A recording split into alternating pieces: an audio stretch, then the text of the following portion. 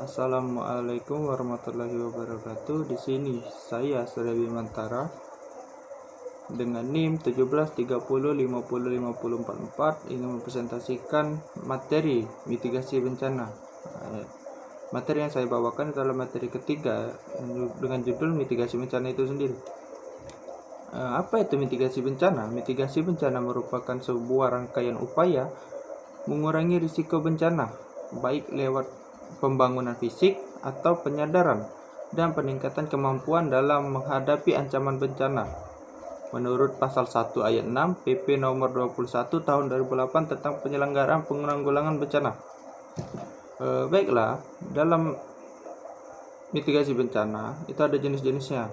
Yang pertama itu jenis mitigasi struktural. Mitigasi struktural adalah upaya untuk meminimalkan dampak bencana yang dilakukan dengan cara membangun berbagai prasarana fisik dan menggunakan teknologi.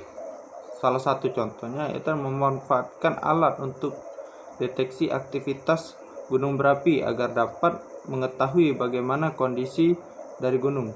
Nah, yang selanjutnya adalah mitigasi non struktural. Mitigasi non struktural ini adalah upaya mengurangi dampak bencana dengan menerbitkan peraturan kebijakan dan lain-lain, menyusun regulasi atau aturan yang berkaitan dengan pencegahan dampak bencana. Contohnya mengatur tata ruang kota dengan secara baik dan rapi, atau anjuran untuk membuang sampah pada tempatnya. Baiklah, selanjutnya ada tujuan mitigasi itu sendiri. Tujuan mitigasi bencana itu ada 6. Yang pertama itu meminimalisir risiko korban jiwa. Yang kedua itu meminimalisir kerugian ekonomi. Yang ketiga meminimalisir kerusakan sumber daya alam. Yang keempat, pedoman bagi pemerintah untuk membuat rencana pembangunan di masa depan. Yang kelima itu meningkatkan public awareness atau kesadaran masyarakat terhadap risiko dan dampak bencana. Yang keenam itu membuat masyarakat menjadi aman dan nyaman. Selanjutnya, dalam mitigasi bencana itu ada kegiatannya kan? Kegiatan dalam mitigasi bencana yaitu pertama mengenal dan memantau risiko bencana. Yang kedua itu membuat perencanaan partisipasi penanggulangan bencana. Yang ketiga itu memberi awareness atau kesadaran bencana bagi warga sekitar. Yang keempat itu mengidentifikasi dan mengenal sumber ancaman bencana. Contohnya itu misalnya di wilayah tertentu itu di daerah perbukitan. Di situ kan jika terjadi hujan deras itu berpotensi akan terjadinya longsor. Yang kelima itu memantau penggunaan teknologi tinggi dan pengelolaan sumber daya alam. Yang keenam mengawasi pelaksanaan tata ruang. Yang ketujuh atau mengawasi pengelolaan lingkungan hidup.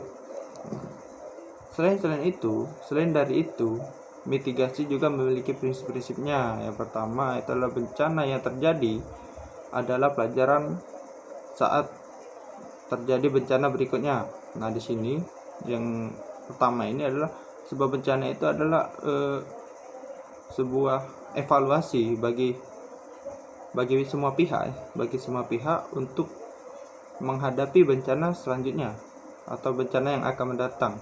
Apakah bisa diatasi sedini mungkin atau masih sama seperti sebelumnya. Yang kedua itu butuh kerjasama berbagai pihak. Prinsip yang ketiga dilaksanakan secara efektif, secara aktif. Yang keempat, harus lebih mendahulukan kelompok rentan supaya menghindari lebih banyak korban jatuh. Nah, kelompok rentan ini yaitu adalah orang tua, anak kecil, balita, dan lansia. Nah, yang kelima, harus selalu dipantau dan dievaluasi supaya hasilnya efektif. Baiklah, selanjutnya ini adalah manajemen mitigasi bencana. Manajemen pertama itulah penguatan institusi penanganan bencana. inti dari penanganan bencana itu adalah satu koordinasi ini berada di dalam bimbingan Badan Penanggulangan Bencana ya, yang sering kita sebut ada kalau di tingkat provinsi kota itu adalah BPBD, Badan Penanggulangan Bencana Daerah. Jika di tingkat nasional itu adalah BNPB, Badan Nasional Penanggulangan Bencana. Nah, dalam penguatan instansi ini itu mencakup adalah perbaikan prosedur tetap atau protap dalam melakukan kerjasama antar instansi yang terkait, misalnya dinas sosial, dinas kesehatan, dengan Polres, Kodim, dan sebagainya. Itu meningkatkan satuan koordinasi. Nah, yang selanjutnya itu mengembangkan sistem informasi. Mengembangkan sistem informasi ini ya kita dalam mitigasi bencana ini semua pihak atau instansi itu ikut serta dalam atau pelatihan dan ikut serta dalam penanggulangan bencana. Oke. Selanjutnya itu meningkatkan kemampuan darurat. Meningkatkan kemampuan darurat ini seperti menyiapkan rencana darurat, meningkatkan koordinasi darurat, meningkatkan pusat pengendalian operasional, meningkatkan tanda peringatan bahaya seperti alat-alat pendeteksi Gunung Merapi itu diperbaiki atau diupdate supaya lebih efektif lagi kan dalam peningkatan tanda-tandanya. Peningkatan pusat pelayanan kesehatan. Pelayanan kesehatan ini itu sangat penting dalam kondisi ataupun mitigasi ataupun bukan mitigasi atau bencana sesungguhnya. Yang selanjutnya itu meningkatkan keterampilan petugas. Keterampilan petugas ini itu ditingkatkan dengan pelatihan-pelatihan yang akan dilaksanakan secara berkelanjutan.